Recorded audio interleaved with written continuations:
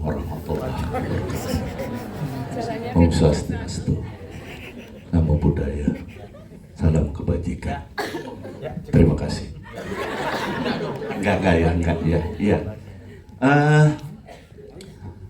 Jadi konsep pemerintahan kita sebetulnya. Implementasi. Ini kan mega. Implementasi Soalnya karakter. biasanya pressure itu kan dari pemerintah. Gitu. Enggak ya? Enggak. Oke, maaf ya. Kita agak beda ya. Lo udah buka tadi soal dolar. Ya, sebetulnya enggak ya. Karena gini, mungkin banyak cara untuk seorang seniman mempelajari karakter dalam yang diberikan kepada mereka. Salah satunya ketika ini diambil dari sebuah novel, sebuah cerita.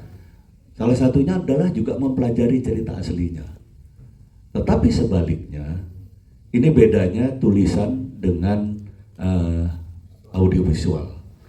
Kita juga harus pandai menyesuaikan, bukan hanya dengan cerita yang seutuhnya dari novel, tapi juga dengan karakter yang ada di senario. Karena senario itu adalah pengejawantahan dari sebuah tulisan untuk dijadikan sebuah gambar. Dan itu yang mungkin harus kita waspadai. Saya nggak mengatakan bahwa novelnya nggak penting, tapi penting justru. Karena itu menjadi acuan kita menjadi orang yang kita perankan. Gitu. Walaupun akhirnya kita harus tunduk pada senario karena ini adalah sebuah hasil akhir dari penulisannya. Di samping itu juga arahan dari sutradara. Itu makanya saya selalu bilang, walaupun misalnya komedi, film itu bukan diperankan oleh komedian, tetapi tetap oleh aktor. Ya, sehingga kita perlu banget punya ilmu untuk itu. Gitu. Nah, kalau dibilang ada pressure nggak? Saya pikir enggak, karena ini justru bukan pressure, justru tantangan menurut saya. Sejauh mana kita melapaskan kenyamanan kita sebagai kita sendiri untuk menjadi orang yang ada di senario itu. Kayak gitu. Jadi sebetulnya itu sih, bukan pressure tapi lebih kepada tantangan justru. Bagaimana kita bisa membawakan apa yang ada pada peran itu ya. Seperti tadi dilihat yang terakhir kan, saya berperan ganda sebagai kakeknya mereka dan sebagai kambing. Oh enggak, nah kebetulan saya bawa kambing. Ya, gitu ya. Ya, saya pikir itu sih lebih kepada itu. Dan gini, saya kepengen berkomentar sedikit film ini gitu. Saya dari tadi mau berkomentar tapi saya takut justru menyalahi aturannya. Enggak ya? Enggak ada aturan. Gue suka takut sekarang ngomong. Ini kan balik lagi kayak dulu, lu nggak ngalamin jawaban dulu, lu ngomong sembarangan hilang lu. Ini enggak ya? Enggak ke situ. Oke. Nah, gini, gue ngalamin itu soalnya gue trauma. Ya, jadi gini, hidup itu sebetulnya kan sebuah pelajaran. Kelulusan itu hanya ada pada sekolah, sama seniman juga gitu. Seniman nggak punya tingkat kelulusan. Hidup tidak pernah punya tingkat kelulusan karena belum lulus kita udah mati. Kan seperti itu. Jadi kesimpulannya hidup ini sebuah pelajaran. Nah, saya pengen ngomong, kalau Anda lihat film ini, banyak sekali pelajaran hidup yang bisa kita dapatkan. Itu intinya. Walaupun dengan kita berbicara dengan bumbu komedi, banyak sekali. Tadi dibilang bahwa ini sebetulnya kenyataan hidup itu bukan hanya kenyataan hidup kadang-kadang. Bagaimana kita belajar sebuah kesederhanaan itu adalah sebuah kepekaan. Tetapi mempertahankan kesederhanaan bukan hal yang gampang.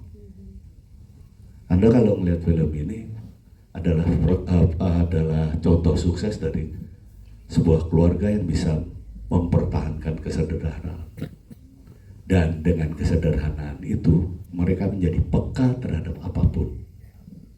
Banyak sekali kita lihat orang yang sederhana, yang amat sangat peka, yang kemudian menjadi tidak sesederhana, tidak sepeka itu ketika kita sudah mau ada di dunia yang lain misalnya. Nah, ini sebuah pelajaran, sebuah hal yang menurut saya bisa diambil saripatinya untuk menjadi pelajaran buat kita semua, walaupun dengan cara yang amat sangat santai. Oleh karena ini saya sih usul teman-teman semua ajak keluarga nonton, baik si kecil, ya, setuju? Ya, awas lo nggak setuju. Jadi ajak si kecil, karena gini, di sini peran keluarga akan terjadi. Ketika nanti si kecil tanya kenapa sih si Kenny kok walaupun kecil dia bisa pandai kayak gitu. Ini kan peran keluarga diuji di sini. Si ibu nanti bilang, oh iya karena Kenny begini. Nah, kehangatan dan kepekaan itu juga akan menular pada Anda semua. Itu usul saya. Ajak keluarga semua di rumah, ya, kakek, ya, bahkan siapapun ajak. Karena di sini pelajaran banyak sekali bisa Anda dapatkan. Terima kasih dan cukup sekian. Belum maaf ada MC. Terima kasih Pak. Gue mau nambahin dikit Silakan, dong. Kak. Kalau soal pressure ya, menurut gue kebetulan ada beberapa case di sini, kayak misalnya gue, Onat atau Pak De Indro, kita juga sebenarnya udah punya pengalaman dalam memerankan project-project adaptasi sebelumnya gitu. Jadi kami memang mengerti di mana batasnya profesional dan di mana batasnya tetap bisa mencari sweet spot antara menghormati original source-nya dan bisa menghasilkan sesuatu yang unik juga buat masyarakat untuk menonton gitu. Malah sebenarnya kalau buat gue pribadi sih pressure-nya bukan di tanggung jawab IP yang bagus ini ya, sebenarnya bukan itu. Tapi jujur awalnya waktu gue tahu ditawarin main Keluarga Super Irit, pertanyaan pertama pasti PH-nya apa, Falcon? Oh pasti saya suka karena Falcon terbaik. Itu yang pertama. Terus Bu Erika ngomong coki Bu. dari dulu, gue belum selesai. Bu, boleh setengah harga Bu katanya. Gue belum selesai dulu. Gue tanya dulu kan. Gue tanya dulu PH-nya apa, Falcon? Oke, ambil. Sutradaranya siapa? Bang Daniel. Oke, ambil. Main cast-nya siapa? Nah ini pressure-nya. Main cast-nya adalah Bang Dwi, ada Kak Widi dan sekeluarga. Nah awalnya gue kira kalau Bang Dwi dan Kak Widi mah siapa yang nggak kenal lah, udah profesional, kita tahu projectnya di mana-mana. Saat menyangkut sama anak-anak, pikiran gue awal-awal waktu mau terjun ke project ini, aduh ribet nih banyak bocah. Jujur awalnya seperti itu. Lu apa kabar saya? Nah kalau ente kan bocah gede kayak saya, tapi kan aduh ribet nih banyak bocah. Pressure-nya sebenarnya itu. Awalnya dugaannya, aduh nanti bakal ribet lah, bakal nanti waktu syuting moral apa segala macam. Ya udah dijalanin aja dulu. Ternyata saat proses syutingnya berlangsung, jujur saya minder dengan keprofesionalan keluarga ini teman-teman. Kalau tadi dibilang katanya buat Dan Bagus dan buat Drew katanya ini adalah film pertama, tidak terlihat sama sekali seperti film pertama.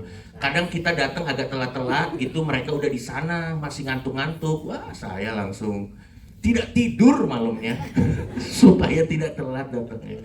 Dan hasilnya juga bagus sekali gitu. Jadi kita juga harus kasih apresiasi juga buat keluarganya Bang Dwi Sasono. Yang mana? Tadi kan bilang banyak retake nggak dari anak-anak, karena saya berperan sebagai omnya ya. Ini semua nggak ada retake, saya yang retake terus kayak Kompas. Saya yang retake terus. Ini yang retake 10, saya 30. Ya. True ya. Keren. Ya. Jadi tolong ditonton karena percayalah chemistry-nya real gitu, chemistry real. Bahkan ada beberapa momen ya Kak Dwi dan juga Kak Widi dan Bang Dwi, ada beberapa momen yang sepertinya memang chemistry keluarganya kayak tidak berakting gitu.